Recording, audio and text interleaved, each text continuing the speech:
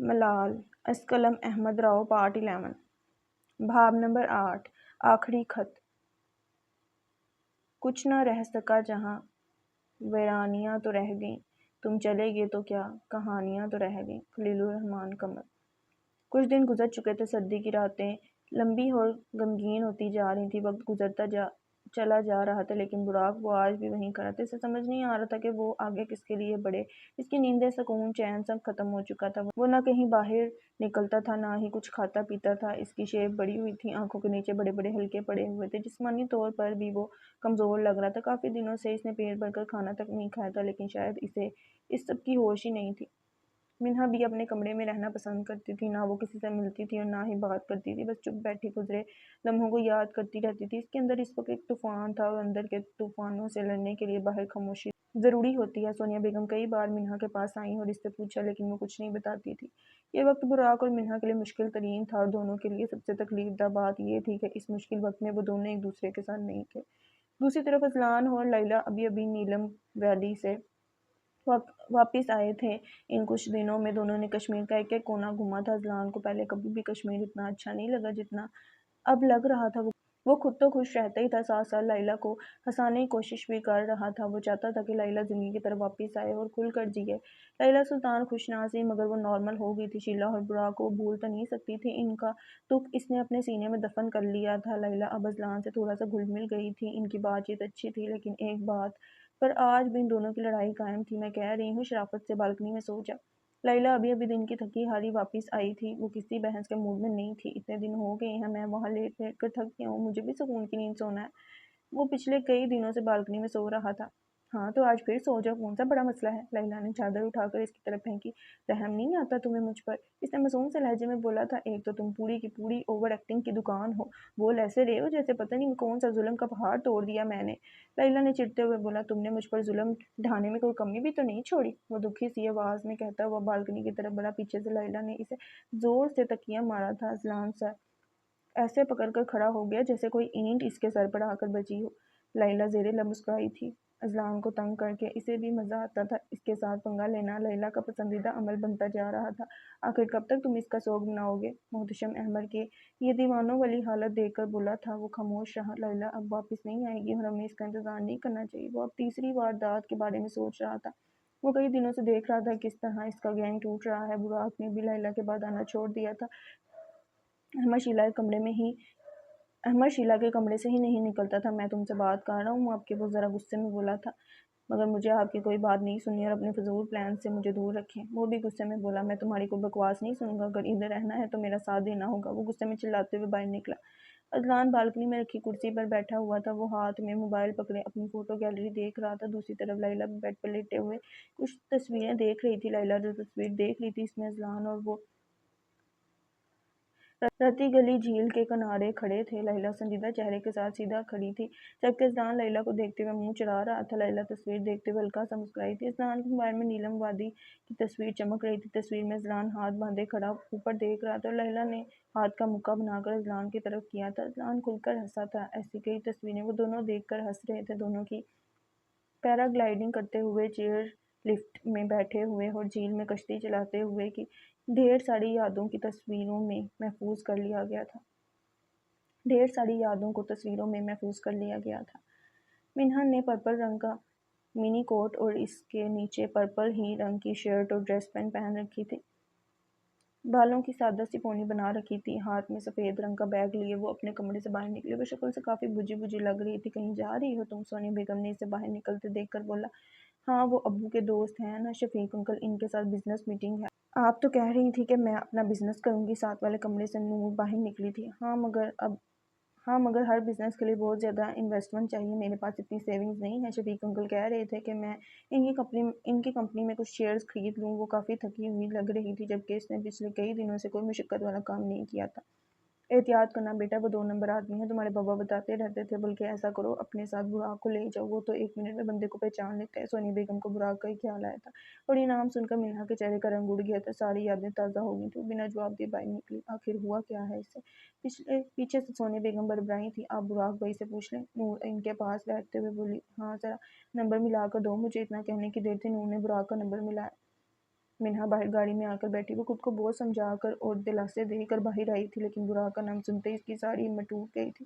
وہ جیسے یہاں بیٹھی بیٹھی اپنی جگہ پر جم گئی تھی۔ کتنی ہی دیر وہ وہاں بیٹھی، گزرے لمحوں کو یاد کرتی ہوئی، بات بات پر براق کا اس کا ساتھ دینا، اس کا موڈ پل بھر میں ٹھیک کر دینا، اور وہ براق کے پیار بھری باتیں، اس کی آنکھوں میں خود کے لیے عزت، اسے سب یاد تھا۔ آنکھیں تھوڑی سی نم ہوئی تھی، وہ جتنا مرضی انکار کر لے، مگر وہ براق سے محبت کرتی تھی۔ یہ محبت اسے کمزور کر رہی تھی، وہ چاہ کر بھی براق کو بھول نہیں پا رہی تھی۔ وہ آدھا گھنٹہ یہاں ایسے ہی بیٹھی رہی، پھر ہمت کر کے گاڑی سٹارٹ کی۔ گاڑی باہر نکال کر وہ گاڑی سے اتری۔ ابھی وہ اپنے گھر کا گیٹ بند کر ہی رہی تھی کہ ساتھ والے گھر سے کوئی نکلتا دکھائی دیا۔ کالی آنکھیں بوڑھی آنکھوں سے ملی تھی، دونوں کے لیے وقت رک گیا تھا، دنیا بے مقصد ہو گئی تھی۔ آیا وہ پھر نظر، ایسے بات چھننے لگی پھر سے۔ براق منہا کو دیکھ کر پلک تک جھپکنا بھول گیا تھا۔ آج اتنے دنوں بعد وہ منہا کو دیکھ رہا تھا، لیکن آج ان آنکھوں میں اس کے لیے پیار نہیں تھا، آج ڈھیروں شکوے تھے۔ آپ مجھے ایسے نہ دیکھا کریں، آپ کی آنکھیں اتنی گہری ہیں کہ میں ان میں کھو جاتا ہوں۔ منہا کے ذہن میں براق کی یہ باتیں کسی ٹیپ ریکارڈر کی طرح چل رہی تھی۔ واقعی میں براق، مجھے تمہاری عادت ہو گئی ہے۔ براق کی آنکھوں میں تکلیف اتری تھی، دونوں اس وقت ایک دوسرے سے بہت کچھ کہنا چاہتے تھے، لیکن نہ جانے کیوں اب الفاظوں کی اہمیت نہیں رہی تھی۔ منہا نے اپنا رخ بدلا تھا، براق کو یوں لگا کہ جیسے پوری دنیا نے اس سے رخ موڑ لیا ہو اور وہ بڑی دنیا میں اکیلا رہ گیا ہو۔ منہا براق کو دیکھ کر کمزور نہیں پڑنا چاہتی تھی، وہ اس جدائی کی تکلیف سے مر جائے گی، لیکن کبھی اس کے سامنے ٹوٹے گی نہیں، یہ طے تھا۔ منہا گاڑی میں بیٹھ کر وہاں سے فوراً نکلی اور براق بھی اپنی گاڑی میں بیٹھا۔ سونیا بیگم نے فون کر کے اسے سب بتایا تھا۔ منہا چاہے اس کے ساتھ ہو یا نہیں، لیکن اس کی حفاظت کرنا براق کی ذمہ داری تھی۔ اس نے سر پر کیپ پہنی اور منہا کے پیچھے اپنی گاڑی لے کر چل دیا۔ اذلان اور لیلی سارے گھر والوں سے مل رہے تھے۔ آج وہ دونوں کشمیر سے واپس جا رہے تھے، لیکن کدھر، یہ بات تو وہ دونوں بھی نہیں جانتے تھے۔ تھوڑے دن اور رک جاتے تم دونوں، اذلان کے منہ بولے چچا ان کو جاتا دیکھ بولے تھے۔ نہیں بس، اب ہم دونوں آگے مڑی یا کسی اور جگہ کی سیر کرنے کا سوچ رہے ہیں، اذلان نے انہیں گلے سے لگاتے ہوئے بولا۔ میں بہت مس کروں گا آپ دونوں کو۔ ائمہ کافی اداس تھی۔ ہم پھر آئیں گے، لیلی نے اس کو تسلی دی تھی۔ ان لوگوں کو خدا حافظ کہہ کر وہ دونوں گاڑی کی طرف بڑھے۔ اب کدھر جانا ہے؟ لیلی نے سوال کیا تھا۔ جدھر یہ گاڑی لے جائے، اس نے لاپرواہی سے جواب دیا تھا۔ لیلی اسے بڑی بڑی آنکھوں سے گھور رہی تھی۔ ہم کدھر ہیں؟